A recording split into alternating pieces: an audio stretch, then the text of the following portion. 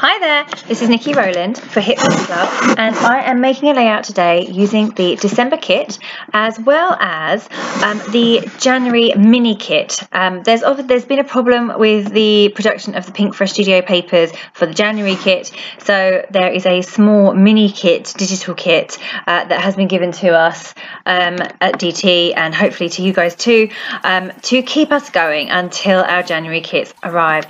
So in the mini kit there is this sheet of cut parts. I created a print and cut file for mine and cut them all out on my silhouette machine. It's not quite perfect, the designs were quite close together, so some of my designs are not individually cut, they're cut as a group, and some have like welded onto the other different design too, but as I say, they should be coming out. You should be getting hold of those yourselves pretty soon. Today is also about using cut files. So I have used the freebie cut file that we got on Christmas Day, which is the really gorgeous Snowglobe. I've seen a few people use them already and I just absolutely loved it. So I've cut mine out of the mint cardstock that was in the December kit, and I'm planning to make a really large shaker with that, using some of the sequins and the wooden stars that were in the December kit. To begin with though, I want to make some rolling hills at the bottom of this layout. So I've gone for a white background with the blue snowflake paper as a border, and I'm then cutting some curved pieces for the bottom of the layout as well to create these rolling hills. I have fiddled around with this for quite a while before I get it right. You can see that I'm hand drawing rather than doing anything on my silhouette, yeah, so it's just a case of getting it right really. So my second hill there, that's it there, I'm just going on now. I wanted to cover up the straight edge on the right hand side, which is what I've done there. So okay, so that's the background of my layout sorted, and what I'm going to do before I put my layout together is create this shaker pocket. I initially thought that I would stick the Snowglobe directly to the white background because I do want white behind it, but actually that makes things a bit more difficult to move the embellishment around and to tuck things behind. So I decided to make it completely separate. So what I've done is I have turned it over, cut out a piece of acetate which is the same size as the circle, and then on the back I'm going to add a whole load of foam pads, and I'm going to add them really close together all the way around the edge of the Snowglobe, and that's so that I can put some bits in the middle. It also gives me a bit of height, and it means that when I stick a piece of white card on the background, all of those things that will be inside the shaker pocket will be contained by the foam pads, like creating a wall of foam pads. So you can see I've used quite a lot there. It's a bit of a labour of love, but they are all on. At the moment I'm now just cutting out my the piece for the back of the shaker pocket, and then I will start the long process of removing all of the backs of the foam pads and getting it all stuck in place. This is one of the papers from the January mini kit, the digital kit, and I'm just cutting out a few snowflakes. I'd quite like a few snowflakes to be inside my shaker pocket. I did initially wonder whether it would work as a background for the shaker pocket, but it was a bit too busy, so I haven't done that. I'm going for white, and I'm just cutting out 3 snowflakes. They're quite small and they're quite detailed, so I wanted to only use a few. Plus we also have snowflakes in our December ephemera, so I've pulled out some of those and they're going to go on the background too, and these ones here I'm actually going to stick in place rather than have them move around. It's going to be the sequins and the stars that are the actual shaker elements. You can see that I'm just putting in my stars and my sequins there. I wanted to pick out most of the smaller wooden stars rather than the large ones, so that's why I emptied them all out there at the top of the layout. So okay, I'm now taking off all of the back of those foam pads, and I won't make you watch me do that, so I shall just cut forward to the next bit. Okay, so all the backs of the foam pads are off now, and I'm able to stick my front of my Snowglobe to the back, and that has captured all of my sequins and stars, and I have this lovely shaker element to go on my layout. So okay, so now I can move on with the rest of the layout. I'm just trying to work out my photos. I've got 5 photos, which is a lot for me. I don't normally do quite so many photos, but I had 5 and I printed them really small, so I should be able to fit them on okay. So I just wanted to work out where they were going to go. I've also decided that I'm going to put some white stitching over these rolling hills to give them a bit of definition.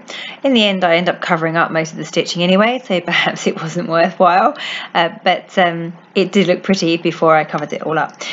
So I'm just going through and piercing holes. I have established lately that I'm not very good at poking holes in an even fashion, so I have got out my trusty old hole piercer guide template thing that I've had for hundreds of years, at least 6 years, 7 years I'd say, I've just curved it round the curve, so kept moving it around just to make sure that all of my holes are roughly the same distance away from the top of the edge and away from each other.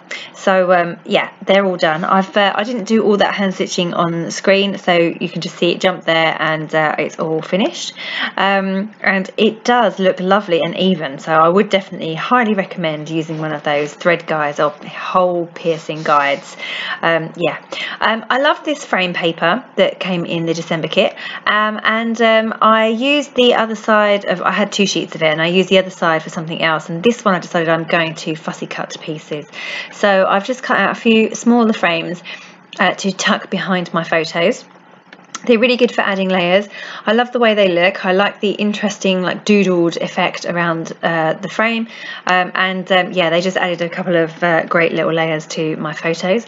I didn't want to mount my photos on coloured paper just because they're all quite squashed together anyway, so mounting them would have made them bigger and I wouldn't have been able to fit them in. I'm going through the ephemera and pulling out all of the snowflakes, and I'm going to stick those onto the background. I want them to look random, so that's why I've got some coming off of the edges. I'm going to stick all the ones that I've cut in half or cut a straight edge for, they're all going to be stuck down flat, and all of the other ones are going to be raised up on foam pads. So all the ones that don't have an edge attached to them are going to be raised up on foam pads, and all the ones with edges are just going to be stuck flat.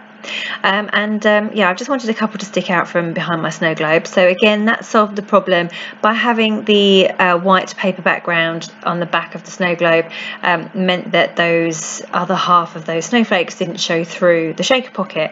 That's why in the end I decided to go for the way that I did that shaker pocket in the end, rather than sticking it directly to the back of the paper. So I'm just going through the elements from the the January mini kit, digital mini kit, and working out what I can use.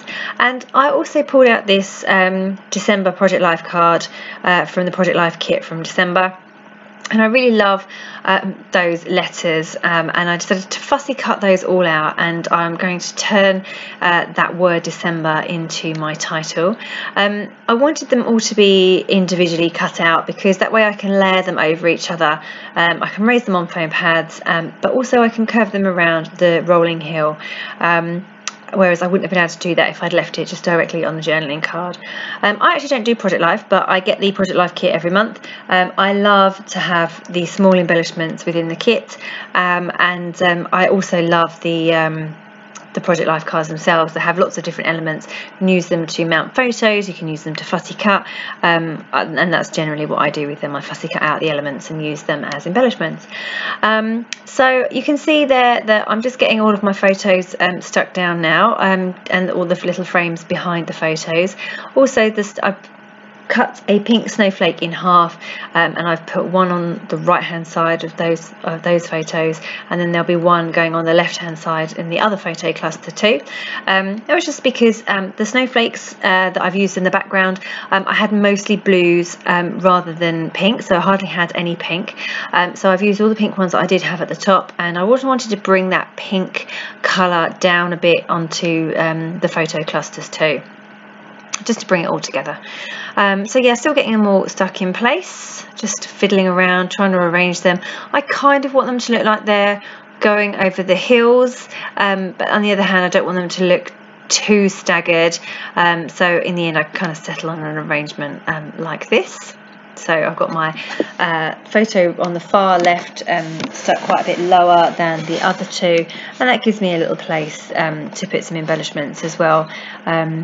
I don't mind having staggered photos rather than straight lines, because as I say, that gives me little nooks and crannies and little corners to fill up with embellishments. So you can see what my title is going to be. It's going to be December Fun. December, obviously explained where I got that word from. That was from the Project Life card. I'm going through and sticking each one on foam pads, and then I'm using those fabulous navy alphabet stickers by Pinkfresh Studio for the word fun. I love the fact that they're individual letters, and I can move those around. They're chipboard, they're pretty sticky, but I'm just going to stick them down with some glossy accents as well, just to make sure that they don't move. But yeah, so this is all coming together fairly well now. Those little houses, there's a house, a deer and a tree on that snow globe that were kind of sticking up in the air a little bit, so I've just stuck those down with a foam pad to make sure they don't look like they're moving. And now I am just pulling out some of the ephemera from the January mini kit, and just arranging those. So I've got this tab down the bottom, a couple of flowers. I'm trying to stick to the same kind of colours in the layout, so I've got the blues and the pinks, and I was trying to pull out the same colours from the bits from the mini kit to use on the layout.